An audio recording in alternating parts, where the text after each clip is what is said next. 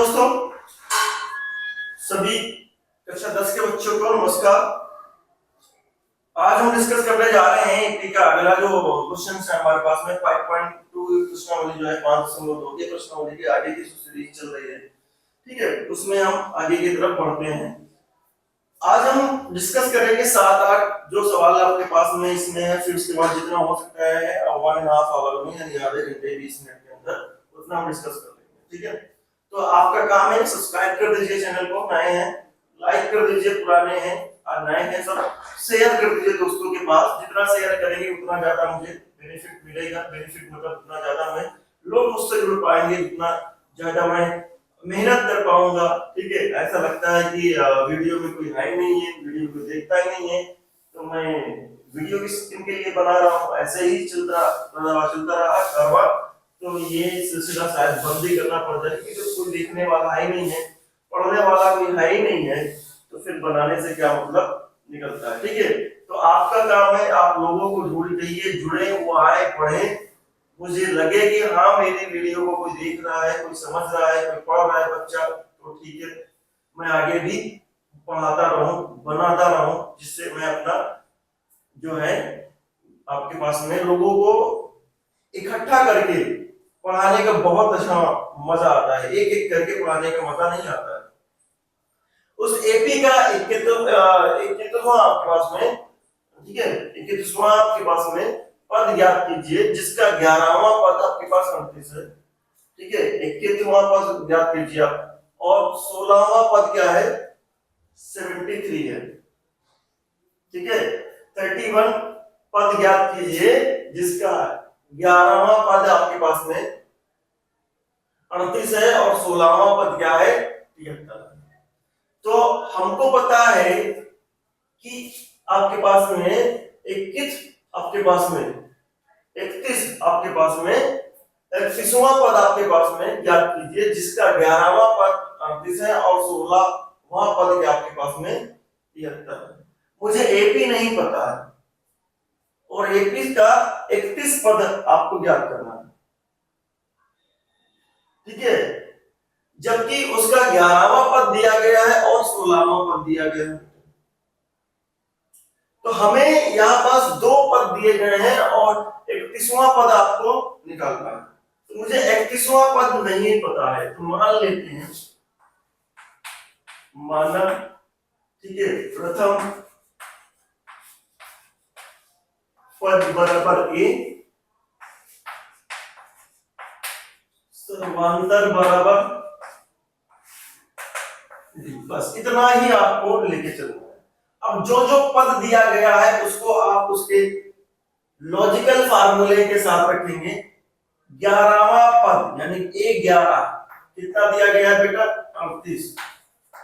A11 को आप logically कैसे लिख सकते हैं, A प्लस 10D, एक D कम हो जाता है 38, एक समीकरण ये बन गया। 16वां पद हमको दिया गया है इसी प्रकार A16 73, तो A16 की वैल्यू आई आपके पास में 15D। अब समीकरण नंबर 1 और 2 को हल कर लीजिए।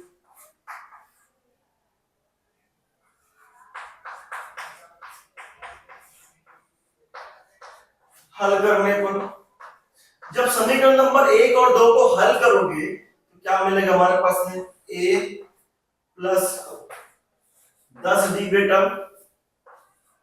38 और A प्लस 15D बराबर 73। घटा दिया, क्यों घटाया, क्योंकि जो आपके पास में चर बराबर है उसका गुणांक, जिस चर के गुणांक बराबर है उसके चिन्ह समान है। इस चर के गुणांक बराबर है, इसका चिन्ह समान है, तो समान चिन्ह वाले को हम घटा देते हैं। जब घटाते हैं तो नीचे वाले का चिन्ह बदल जाता है। ठीक है, तो ये खत्म हो गया। 10 धनात्मक में और माइनस का 15, माइनस का 5D बेटा। ठीक है, 38 और 73 सब्ट्रैक्ट करेंगे, 13 में से 8 गया 5। ठीक है, फिर 6 में से 3 गया आपके पास में, भाई 13 हो तभी तो बनेगा जब एक देगा, एक दे दिया 6 बन गया, 6 में से 3 गया आपके पास में 3, वो भी माइनस वाला 3। तो डी की वैल्यू आ गई बेटा 7 में। अब डी 7 पता चल गया है तो समीकरण नंबर 1 में रख दीजिए। समीकरण नंबर 1 में रखने पर क्या d बराबर 7, जैसे d बराबर 7 रखेंगे ये बन जाएगा 70, ठीक है, और ये 38, ठीक है। अब a को उधर लेके जाइए 70 को, तो 38 को 70 में से घटाएंगे तो माइनस का 32 आएगा बेटा। ये हो गया आपके पास में a की वैल्यू आ गई माइनस का 32, d की वैल्यू आ गई 7, तो आपको 31वां पद निकालना है। तो आपके पास AP का 31वां पद A30, क्या लिखेंगे इसको, A प्लस 30D। A की वैल्यू है माइनस का 32, 30, और ये D की वैल्यू क्या आपके पास में 7, माइनस का 32 प्लस 7 21, ठीक है। घटाएंगे इसको, घटा के देख लीजिए इसको, 10 में से 2 गया 8, फिर 10 में से 3 गया 7, अब यहां पास 1 में से यहां कुछ है नहीं, 178 आ गया आंसर। तो 31वां पद आपके पास AP का 31वां पद जो है वो है आपके पास में 178। समझ में आ गई बेटा जी आपको, क्लियर हुआ? पॉज करिए और नोट करिए, ये सवाल नंबर 7 है, सवाल नंबर 7 है आपके पास, ठीक है। आप बुक्स भी ओपन करके रखिए, क्योंकि हो सकता है आपको इसमें ना दिख रहा हो, लेकिन बुक्स ओपन करके देख रखेंगे तो मैं सवाल समझाते जा रहा हूं और आप सवाल समझते जाइए, ठीक है। पॉज करिए वीडियो को, नोट करिए।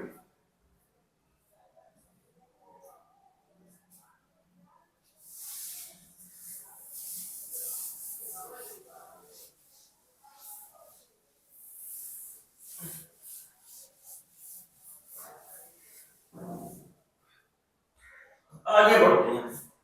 एक एपी में 50 पद है, कितने पद हैं?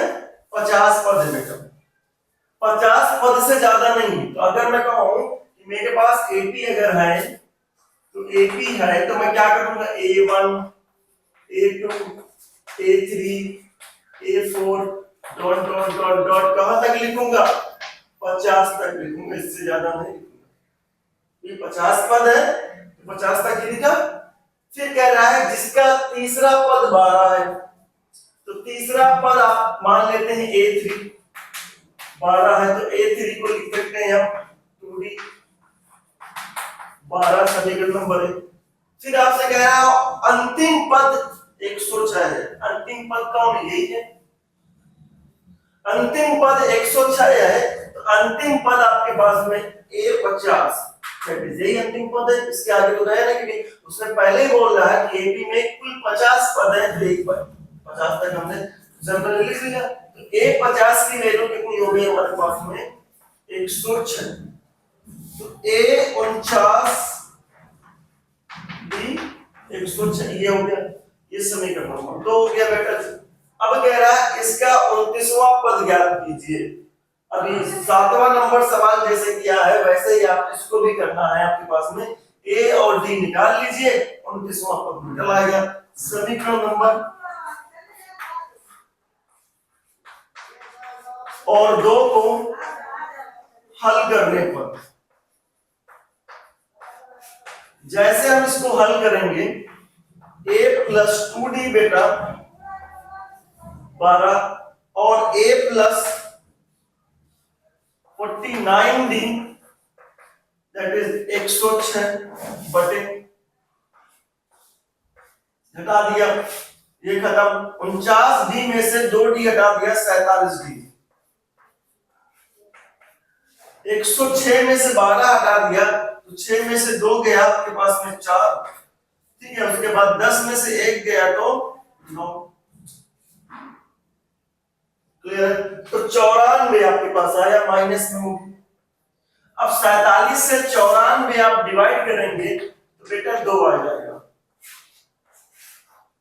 d की वैल्यू 2 आ गई, तो a की वैल्यू कितनी हो गई? d का मान d बराबर 2 समीकरण नंबर 1 में रखने पर, जब हमने रखा समीकरण नंबर 1 में तब क्या हुआ? d बराबर 2 समीकरण नंबर 1 में रख दिया हमने, तो मिला क्या?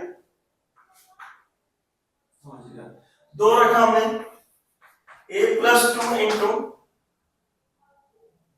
2 दैट इज 12, और a 4 हुआ, 4 उधर गया, 12 में से 4 घट जाएगा आपके पास में, तो कितना मिलेगा आपके पास में? 8। तो a की वैल्यू 8 आई, तो AP का आपके पास में 29वां पद, AP का 29वां पद आपके पास में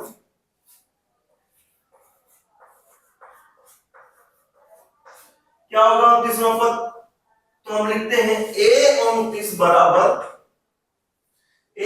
बराबर A प्लस 28D। बेटा A की वैल्यू 8 है,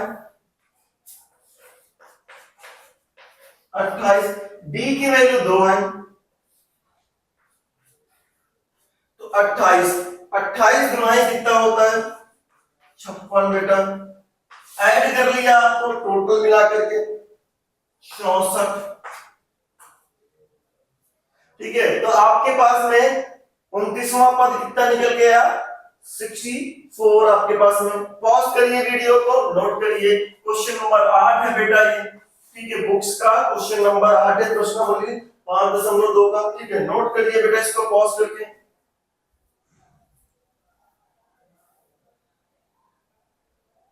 देखिए बेटा, प्रश्नावली 5.2 का जो है 9 नंबर सवाल आपके सामने है और 10 नंबर सवाल आपके सामने है। अगर आपको नहीं दिख रहा है बुक ओपन करके आप रखिए, मैं आपको समझा दूंगा। बोर्ड में आपको इसमें नहीं दिख रहा है तो आप बुक ओपन करके चलिए, मैं समझाते रहूं।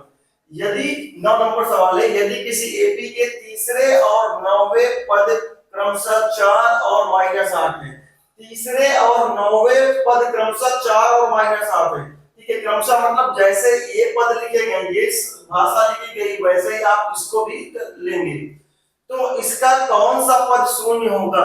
कौन सा पद शून्य होगा? मुझे पद, जब इस तरीके की बात है कि कौन सा पद ये होगा, ये पद होगा कि नहीं होगा, तो हमको उसको एनवा पद मान के चलना पड़ता है। ये सवाल हम पीछे लगभग कर चुके हैं। तो एपी का कौन सा पद दिया है? तीसरा और 9वां पद, तीसरा पद।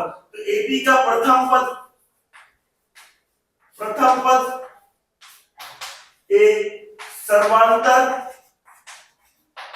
ये आप शुरुआत में ही मान लिया करें, जिसमें आपको एपी नहीं दिया गया उसके प्रथम पद और सर्वांतर मान के लिया करो। अब सर्वांतर हमने मान लिया, प्रथम पद मान लिया हमने, तो तीसरा पद A3। आपको पता है A3 की वैल्यू कितनी है? A3 की वैल्यू 4 है। तीसरा पद और 9वां पद, तो पहले तीसरा बाद में 9वां, तो A3 मतलब A प्लस 2D बेटा, समीकरण नंबर 1। उसके बाद तीसरा पद आपके पास में लिख दिया, 9वां पद A9 की वैल्यू कितनी है आपके पास? -8, तो A प्लस 8D बराबर माइनस का, समीकरण नंबर 2 हो गया बेटा। अब इन दोनों को हल कर लीजिए। जब दोनों को हल करेंगे बेटा, A प्लस 2D बराबर 4 और A प्लस 8D बराबर -8। खत्म। 8D और 2D सब्ट्रैक्ट होकर के मिलेगा 6D। 8 और 4 12 प्लस में, तो D की वैल्यू आई बेटा जी -2। D की वैल्यू आई -2। अगर आपके पास -2 है तो फिर आगे की तरफ AP का आपके पास में कह रहा है, तो इसका कौन सा पद? D की वैल्यू आ गई आपके पास, तो D बराबर -2 समीकरण नंबर 1 में रखने पर, समीकरण नंबर 1 में रखने पर आपके पास, तो हमने D का मान समीकरण नंबर जैसे 1 में रखा, तो क्या मिलेगा? D बराबर A प्लस 2 -2 4, a प्लस 2 2 जा 4 माइनस का 4, और a की वैल्यू आई आपके पास में 16, सॉरी 16 नहीं 8, a की वैल्यू आई 8। तो ये हमारे पास निकल गया, a बराबर 8 निकल गया। ठीक है, अब a की वैल्यू 8 निकल के आई है, तो a और b मालूम हो चुका है। a और d अगर मालूम हो चुका है तो हम समीकरण की बात कर लेते हैं। तो समीकरण में अगर देखा जाए a और d मिलने के बाद हमें a और d पता चल चुका है, ap नहीं पूछा गया है, बोला गया इसका कौन सा पद शून्य होगा, कौन सा पद शून्य होगा। हमें किसी भी ap का a और d मालूम हो जाता है तो हमें उस ap को लिखना मालूम हो जाता है, ये मालूम है। क्योंकि प्रथम पद में जैसे d ऐड करोगे द्वितीय पद मिल जाएगा, फिर द्वितीय पद में जैसे d ऐड करोगे तृतीय पद मिल जाएगा, तृतीय पद में जैसे d ऐड करोगे चतुर्थ पद मिल जाएगा। तो इस तरीके से आप ap बना सकते हैं। तो कह रहा है कौन सा पद जो शून्य है, तो माना nवां पद, ठीक है, an बराबर 0, माना nवां पद an बराबर 0, यानी nवां पद ही शून्य है। तो nवां पद को हम फार्मूले में लिखते हैं a plus n minus 1 b बराबर 0। बेटा a की वैल्यू आपके पास कितनी है, अभी आप निकाल चुके हैं, a की वैल्यू 8 है, n नहीं पता कौन सा पद था, b की वैल्यू अभी आप बताएं माइनस का 2 बराबर का 0, 8 उधर गया, 8 उधर गया, तो माइनस का 2 माइनस का 1 ब्रैकेट में माइनस का 8, ये 2 से 8 कैंसिल डिवाइड हो जाएगा आपके पास में। तो n माइनस 1 बराबर आपके पास में 4 मिलेगा। ठीक है, तो n की वैल्यू आएगी 5। तो पांचवा पद ap का, ठीक है, इस ap का आपके पास में, इस ap का पांचवा पद दैट इज a5 बराबर 0 है। पांचवा पद 0 है बेटा इसका। ठीक है, पॉज करिए वीडियो को, फटाफट पॉज करिए वीडियो को, नोट करिए।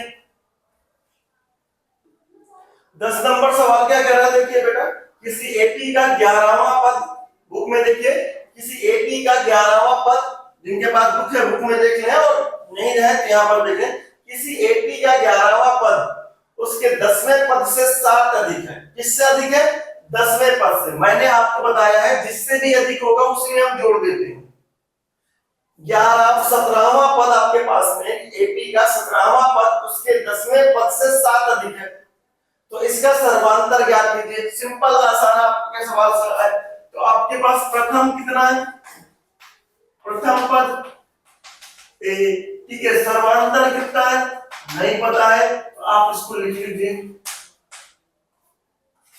दैट इज डी, सर्वांतर डी है। तो कह रहा है कि एपी का 17वां पद a17 बराबर, जिससे ज्यादा है उसमें आप ऐड कर देंगे तो आपके पास इक्वल टू का साइन आ जाएगा। 17वां और 11वें के बीच संबंध चल रहा है, तो आपके पास 10वें के में 10 आप 7 जितना ज्यादा उतना ऐड कर दीजिए। 10वें से 7 ज्यादा है तो 10वें में आप ऐड कर दीजिए। तो आप लिखेंगे a17 की वैल्यू आएगी a प्लस 16d, ठीक है, आपके पास में a10 की वैल्यू आएगी a प्लस 9d। अब अगर देखा जाए तो a से सबको इधर लेके चले जाओ, सबको इधर लेके चलो, तो a minus a 16d minus का 9d बेटा 7, तो ये खत्म। 16d में से 9d गया 7d, तो d की वैल्यू आ गई बेटा 1।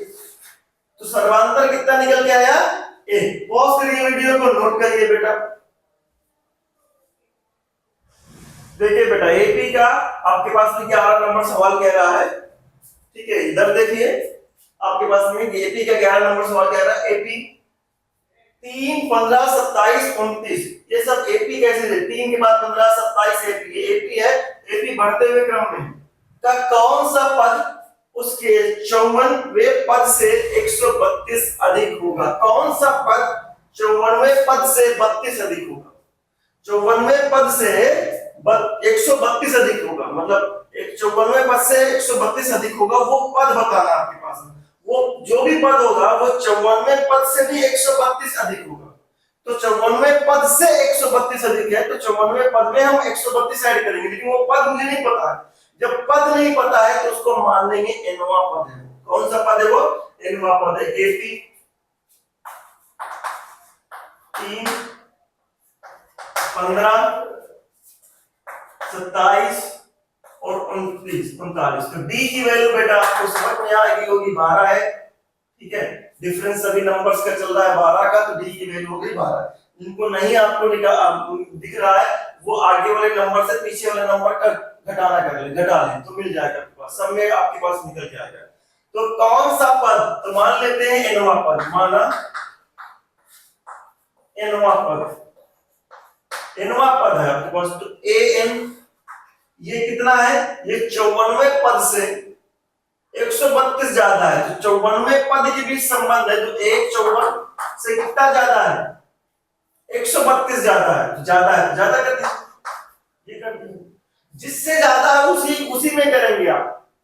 जो पहले से ज्यादा है उसको आप ज्यादा करने से क्या मतलब? जिनसे ज्यादा है उसी में आप ज्यादा करेंगे।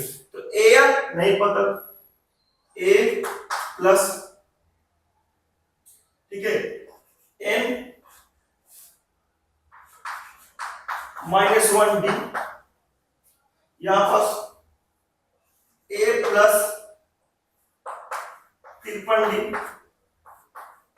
132, a से 1 घट जाएगा बेटा, n -1 d की वैल्यू 12, यहां d की वैल्यू 12 132, ठीक है।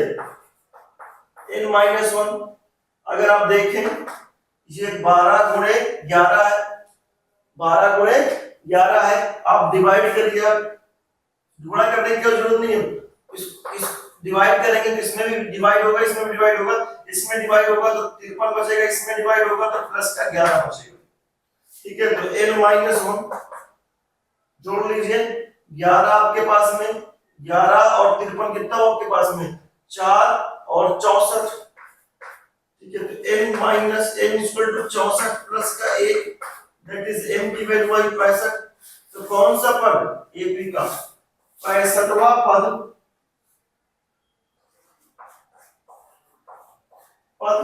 ठीक है। 65वां पद 54वें पद से, ठीक है, 132 अधिक है बेटा, ठीक है। आई होप आपको समझ में आया होगा। ये पूरा का पूरा सवाल नंबर 11 है, क्लियर है? सवाल नंबर 11 है आपके पास में। आपको समझ में आया सारा का सारा? कमेंट करके बता दिया करिए ये समझ में आ रहा है। हम सब देख दीजिए, करिए लाइक कर दीजिए, लाइक कर देंगे तो आपको मुझे समझ में आ जाएगा कि आपको क्लियर समझ में आ रहा है, ठीक है। समझ में आ रही बात ये?